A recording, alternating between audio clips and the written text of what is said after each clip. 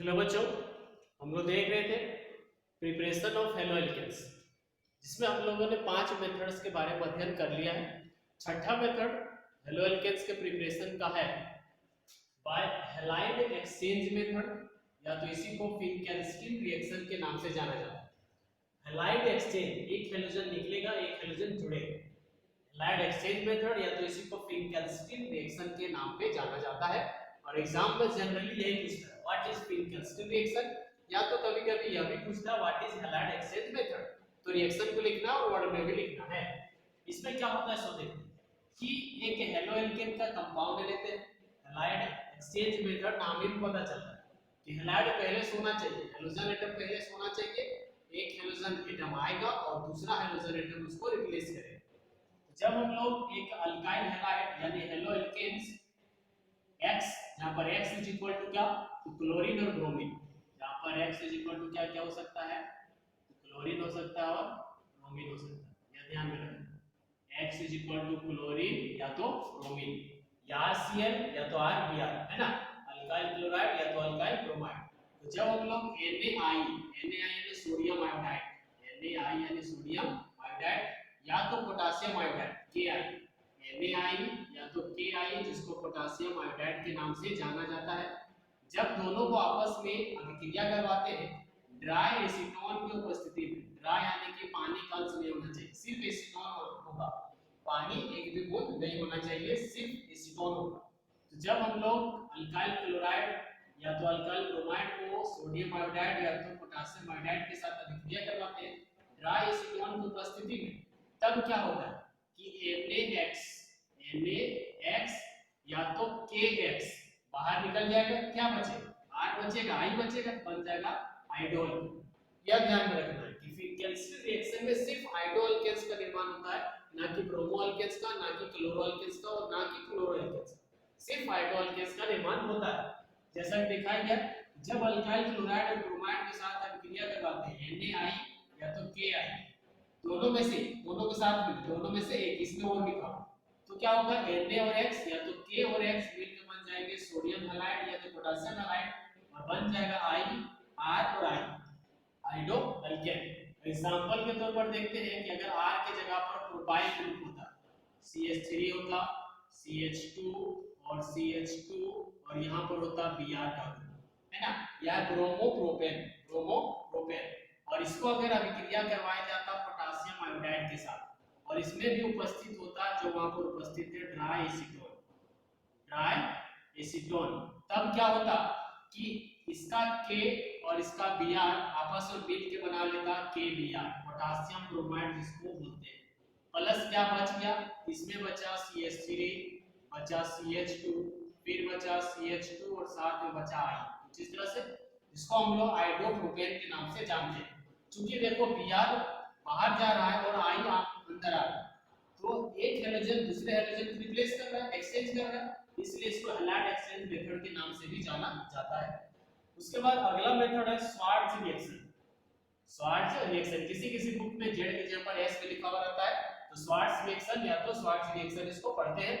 इसमें क्या होता है, इसमें भी हम लोग क्या करते हैं, तो अभिक्रिया करवाते हैं एक अल्काइल हैलाइड, अल्काइल हैलाइड को यानी अल्काइल क्लोराइड या तो अल्काइल ब्रोमाइड को अभिक्रिया करवाते हैं मेटल के फ्लोराइड के साथ, जैसे सिल्वर मेटल है, एंटीमनी मेटल, तो मेटल के फ्लोराइड के साथ AgF के साथ या तो SpFF3 के साथ, दोनों में से, है ना, और में लिखा गया है। तो जब हम लोग अल्काइल क्लोराइड और ब्रोमाइड को अभिक्रिया करवाते हैं AgF या तो SpF3 के साथ, तो क्या होता है Ag और X सिल्वर हैलाइड बन के बाहर निकल जाता है, या तो Sp और X3 क्योंकि F3 है तो SpH3 के रूप में बाहर निकल जाएगा और R के साथ जुड़ जाएगा F, तो बनेगा फ्लोरो अल्केन। क्या बनेगा, फ्लोरो अल्केन। तो स्वार्ट्ज रिएक्शन से सिर्फ हम लोग को फ्लोरो अल्केन प्राप्त होता है, ना कि क्लोरो और ना कि ब्रोमो अल्केन, है ना। इसमें भी एग्जांपल से देखते हैं। एग्जांपल के तौर पर अगर मेरे पास इथाइल क्लोराइड दिया हुआ है, इथाइल क्लोराइड प्लस SpF3 को मिक्स करना है ना, हीट करना है, कितना फ्लोरीन है 3, यानी 3 बार लेना पड़ेगा इसका, तो Sp और 3 तो क्लोरीन बन जाएगा आपका Sp बन जाएगा आपका, नीचे लिखते हैं इसको SbCl3। तीन को फ्लोरीन है, तीन को क्लोरीन, SbCl3 बना लेगा और तीनों फ्लोरीन जुड़ जाएगा इसके तीनों कंपाउंड से। क्या बन जाएगा? बन जाएगा 3CH3CH2F, कुछ इस तरह से। जहां से क्लोरीन निकला वहीं से फ्लोरीन जुड़ेगा, क्योंकि तीन बार इसको लिए तो तीन बार फ्लोरीन जुड़ेगा और sp3 फ्लोरीन देके तीन क्लोरीन ले जाएगा, एंटीमनी ट्राइक्लोराइड और साथ में जो मेरा मेन प्रोडक्ट है वो बनेगा फ्लोरोअल्केन। फ्लोरोअल्केन या क्लोरीन का मेथड, जो कि मैंने कहा था फ्लोरीन बहुत ही ज्यादा रिएक्टिव होता है और किसी भी कंपाउंड के साथ अभिक्रिया करके वो कंपाउंड नहीं बना सकता। उसके लिए स्पेशल रिएक्शन है जो कि स्वार्ट्ज रिएक्शन। इस मेथड में अल्काइल क्लोराइड ब्रोमाइड को सिल्वर फ्लोराइड या तो एंटीमनी फ्लोराइड के साथ अभिक्रिया करवा के फ्लोरोअल्केन्स का निर्माण किया जाता है कुछ इस तरह से। एग्जांपल ग्रुप में R की जगह पर इथाइल का ग्रुप रखे हुए, आप दूसरा भी रख सकते हैं। अभिक्रिया क्या बनाया? फ्लोरो इथेन प्लस एंटीमनी ट्राइक्लोराइड। यह था सातवां मेथड हेलोअल्केन्स के प्रिपरेशन का। उसी तरह से आठवां मेथड है जिसका नाम है Borodin would-sticker reaction. Borodin would-sticker अभिक्रिया। इसमें क्या करते हैं कि silver salt of carboxylic acid, इसका नाम क्या है? Silver salt of carboxylic acid, silver salt of carboxylic acid बोलते हैं इसको।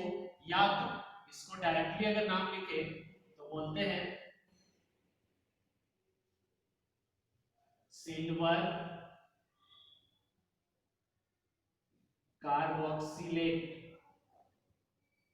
सिंपली इसका नाम लिखे तो सिल्वर कार्बोक्सिलेट या तो silver salt of carboxylic acid, है ना। जब इसको अभिक्रिया करवाते हैं Br2 के साथ, यह ध्यान रखना है सिर्फ Br2, इसलिए यहाँ पर H2 नहीं लिखे, सिर्फ Br2 के लिए यह रिएक्शन है।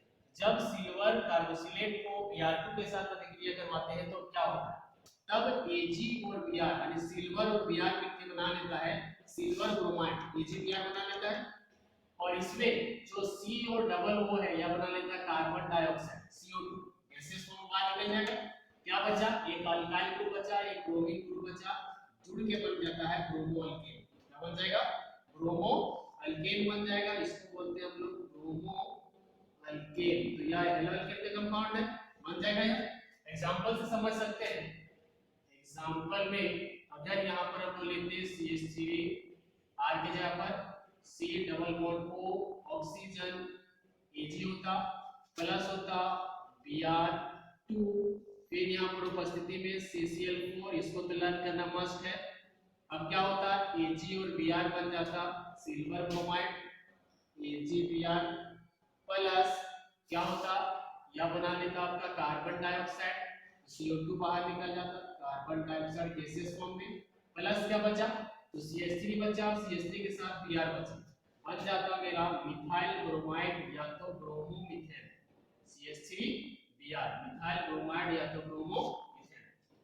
तो इस तरह से बोरोडीन वुड-स्टिकर रिएक्शन होता है। What is Borodin would-sticker reaction पूछे तो सिंपली बोलना है जब सिल्वर कार्बोक्सिलेट को Br2 के साथ अभिक्रिया करवाते हैं CCl4 की उपस्थिति में तो ब्रोमोअल्केन्स का निर्माण होता है, साथ में कार्बन डाइऑक्साइड और सिल्वर ब्रोमाइड प्राप्त होता है। और यह ध्यान रखना यह रिएक्शन सिर्फ ब्रोमोअल्केन के प्रिपरेशन के लिए, ना कि Cl2, ना क्लोरो के लिए, ना आयोडो के लिए, है ना। अगर क्लोरो और आयोडो का प्रयोग कर देंगे तो दूसरा अभिक्रिया का दूसरा प्रिपरेशन हो जाएगा और दूसरे प्रोडक्ट का निर्माण हो जाएगा, यह ध्यान रखना। उसी तरह से नौवां मेथड है और लास्ट मेथड है अलाइलिक हैलोजेनेशन। अलाइलिक हैलोजेनेशन। अब अलाइल ग्रुप का मतलब हम बता चुके हैं। अलाइल ग्रुप का क्या मतलब होता है? अलाइल ग्रुप का मतलब होता है कि अगर कोई मेरे पास कार्बन है जो कि अल्कीन से जुड़ा हो, किससे जुड़ा हो? अल्कीन से जुड़ा हो, कुछ इस तरह से। R ग्रुप लेके अल्काइल ग्रुप अल्कीन से जुड़ा हो तो इस तरह के ग्रुप को अलाइल ग्रुप कहते हैं। क्या कहते हैं? Allyl group. क्योंकि अल्काइल ग्रुप अगर अल्कीन से डायरेक्टली अटैच्ड है तो इस ग्रुप को allyl group, allyl carbon compound कहते हैं, अलाइल ऑर्गेनिक कंपाउंड कहते हैं। और R की जगह पर जो भी कंपाउंड होगा, कार्बन होगा, उसको अलाइलिक कार्बन कहते हैं। R की जगह पर जो भी कार्बन होगा वह अलाइलिक कार्बन कहलाएगा। और अलाइलिक हैलोजेनेशन में क्या होता है सो देखते हैं। एक कंपाउंड लिए हुए देखो यह CH3 ग्रुप जो है सो डायरेक्टली किससे अटैच्ड है? अल्कीन से अटैच्ड है। यह भी अलाइलिक ऑर्गेनिक कंपाउंड है। तो अलाइलिक ऑर्गेनिक कंपाउंड को जब H2 के साथ अभिक्रिया करवाते हैं, H2 में क्या Cl2 हो सकता है, Br2 हो सकता है। तो अगर यहाँ पर हम लोग ले H2 को इस तरह से लिखते रहे H2 और CH3 में से एक हाइड्रोजन को बाहर निकाल रहे ताकि आसानी से समझ सको, CH2 और एक हाइड्रोजन को बाहर निकाल। और इसमें यह सबसे मस्ट ध्यान रखना है किसके उपस्थिति में, Hd लाइट की उपस्थिति में, या तो अल्ट्रावायलेट में लिख सकते हो। तो जब अलाइलिक कार्बन को हैलोजन से अभिक्रिया कराते हैं Cl2 या Br2 के साथ लाइट की उपस्थिति में, लाइट की उपस्थिति होना मस्ट है। अगर दूसरा कुछ हो गया, CCl4 हो गया, तो दोनों हैलोजन यहां जुड़ जाएगा, ना कि यहां। यह ध्यान में रखिए, इसलिए मैंने बार बार बोला है कि कैटलिस्ट जो है उसी का ही प्रयोग करना है, दूसरे कैटलिस्ट अपने मन से नहीं लाना है ना। जो बता रहे हैं वही कैटलिस्ट का प्रयोग करना है, तभी यहां प्रिपरेशन होगा, वरना कोई दूसरा मेथड निकाल जाओगे गलत हो जाएगा। तो जब हम लोग अलाइलिक कार्बन का अभिक्रिया करवाते हैं H2 के साथ, तो अलाइलिक जो कार्बन है, अल्कीन के जस्ट बदल वाला जो कार्बन है, उससे एक हाइड्रोजन और हैलोजन का एक एटम आपस में मिलकर बना लेता है HX, हाइड्रोजन हैलाइड, है ना, या तो हाइड्रोजन हैलिक एसिड भी बोलते हैं। और साथ में क्या बच गया, तो बच गया मेरे पास बचा हुआ CH2 डबल बॉन्ड CH, और साथ में यहाँ पर क्या बचा हुआ था CH2, और CH2 में हाइड्रोजन निकला और X बचा हुआ था, X भी यहाँ पर जोड़ दिया, ये साइड हाइड्रोजन निकला है, यह बन गया आपका allylic halo alkenes, allylic halo alkanes.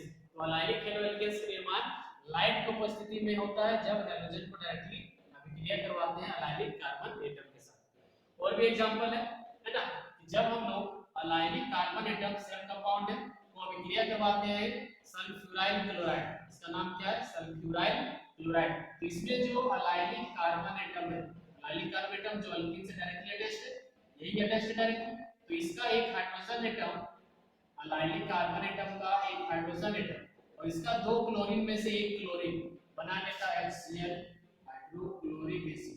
अब एक Cl निकल गया, एक Cl बचा, और बचा हुआ SO2, तो SO2 सल्फर डाइऑक्साइड के बाहर निकल जाता है, प्लस एक जो Cl बचा था इसमें आके जुड़ जाएगा जहां से हाइड्रोजन निकला है, बन जाएगा CH2 double bond CH, CH2 और CH2 हाइड्रोजन निकला तो जुड़ जाएगा Cl। कुछ इस तरह से यह मेथड सिर्फ allylic chloro halo alkenes preparation करने का मेथड है ना। यानी कि X2 को डायरेक्टली लाइट की उपस्थिति के साथ अभिक्रिया कराओ तभी वही प्रोडक्ट बनेगा अलाइलिक हेलो एल्केन्स, या तो SOCl2 के साथ अभिक्रिया कराओ लाइट की उपस्थिति में तो बनेगा सिर्फ क्लोरो अलाइलिक हेलो एल्केन्स। और एक मेथड है इसमें कि सेम कंपाउंड को फिर से इसमें लिख देंगे तोड़ के थोड़ा H प्लस सेम कंपाउंड को जब अभिक्रिया कराया जाता है N-ब्रोमोसक्सिनामाइड, इस कंपाउंड का नाम है N-ब्रोमोसक्सिनामाइड। इससे जब अभिक्रिया करवाते हैं तो क्या होता है सुनिए, इससे जब अभिक्रिया करवाते हैं तो यह H और टोटल यह कंपाउंड H ये टोटल यहां से लेकर यहां तक कंपाउंड आपस में कंपाउंड बना के बाहर निकल जाता है। H और टोटल यहां से लेकर यहां तक का कंपाउंड आपस में बाहर निकल जाता है, Br बच गया, Br यहां पर अटैच हो जाता है, क्या बन जाएगा, बनेगा CH2 double bond CH bond CH2 Br, क्या हो गया, ब्रोमो अलाइलिक हेलो एल्केन्स का निर्माण हुआ। साथ में जहां से Br निकला वहां पर हाइड्रोजन मिल जाएगा तो बन जाएगा प्लस इस तरह का कंपाउंड है जैसा कि वहां पर लिखा हुआ है, बन जाएगा आपका N और N के साथ यहां पर हो जाएगा H, इसको हम लोग N सक्सिनिक एसिड बोलेंगे, क्या बोलेंगे, सक्सिनामाइड, सॉरी सक्सिनिक एसिड बोल रहे हैं, सक्सिनामाइड इसका नाम है और इसका नाम है N-ब्रोमोसक्सिनामाइड।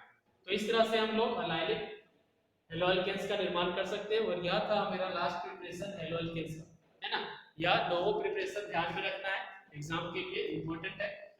तो यह था प्रिपरेशन, अगले क्लास में हम लोग, अगले वीडियो में हम लोग देखेंगे इसका कुछ भौतिक गुण, क्या क्या भौतिक गुण होते हैं, किस अवस्था में उपस्थित होते हैं या हेलो एल्केन्स के कंपाउंड, इसका बॉइलिंग पॉइंट क्या होता है ना, क्या यह घुलनशील है वाटर में कि घुलनशील नहीं है, इस सब के बारे में चर्चा करेंगे हम लोग फिजिकल प्रॉपर्टी में, जो कि अगले वीडियो में हम लोग देखेंगे।